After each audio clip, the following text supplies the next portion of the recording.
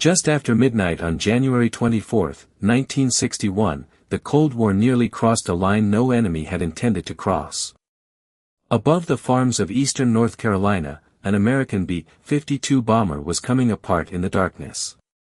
Inside its bomb bay were two Mark 39 thermonuclear weapons, each with an explosive yield of roughly 4 megatons.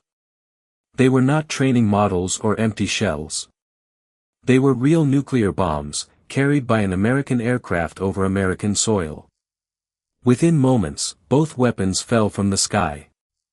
The title of this story sounds almost impossible: the nuclear bomb that nearly destroyed North Carolina. To be precise, no single explosion would have erased an entire state, and the exact consequences of a detonation cannot be reconstructed with certainty. Weather, altitude, terrain, and the way the weapon functioned would all have mattered.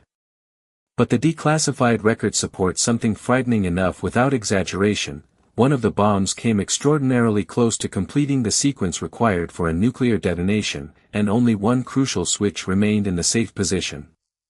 To understand why nuclear weapons were flying over North Carolina at all, we have to return to the logic of the early Cold War.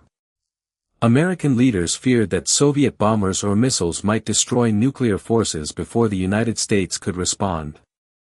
Strategic Air Command therefore kept nuclear-armed aircraft ready and, at times, airborne, so that a surprise attack could not eliminate the nation's ability to retaliate.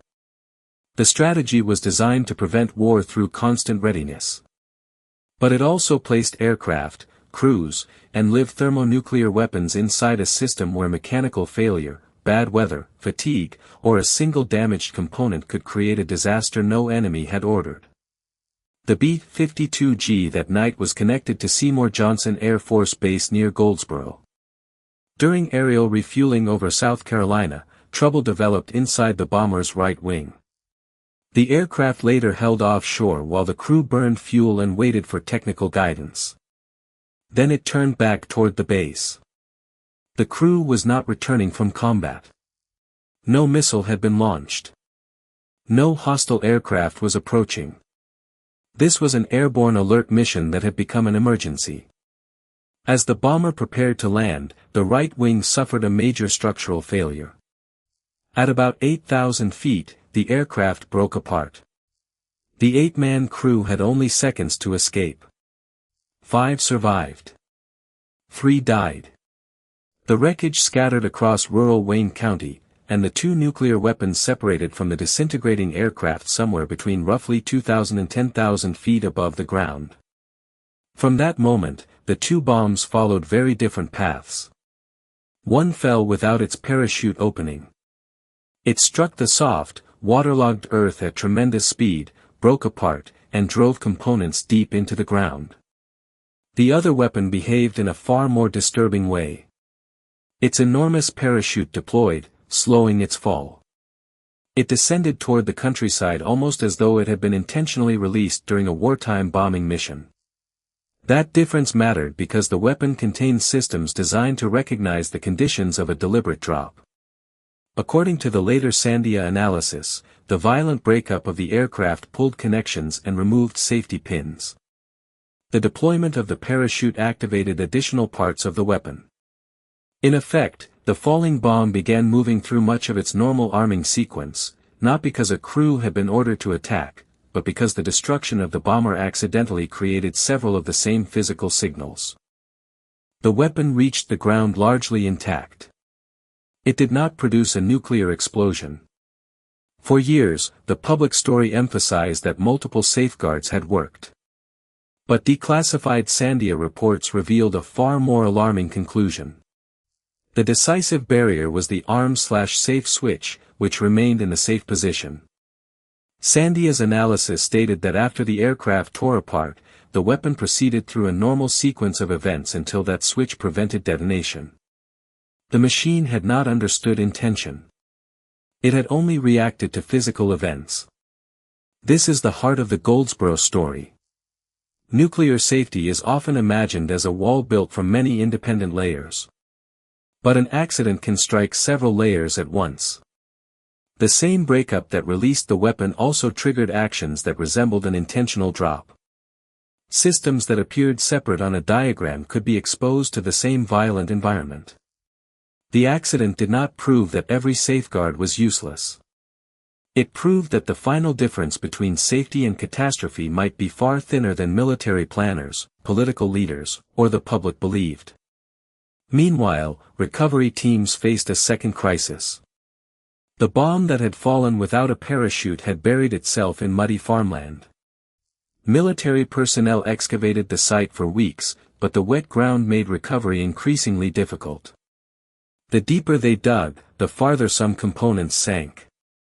The Air Force eventually stopped the excavation at a depth reported at about 50 feet. A portion containing uranium was left underground.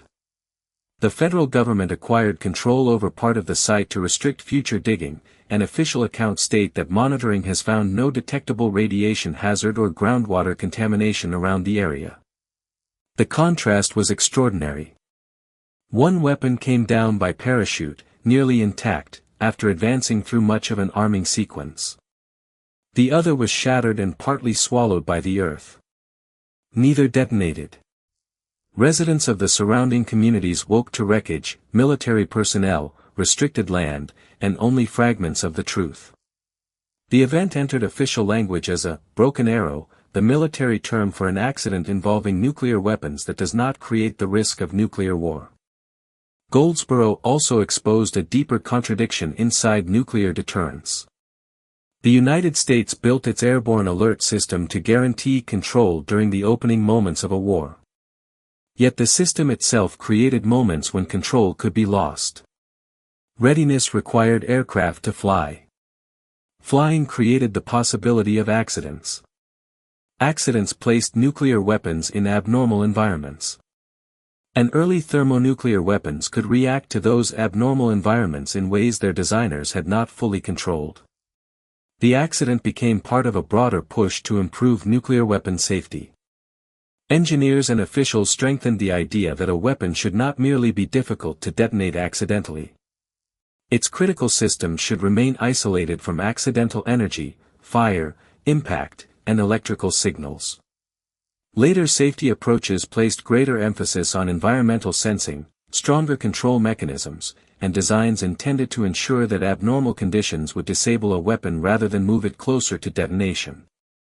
The Goldsboro accident was not the only reason for those changes, but official histories identify it as one of the close calls that forced the nuclear establishment to confront weaknesses in earlier designs.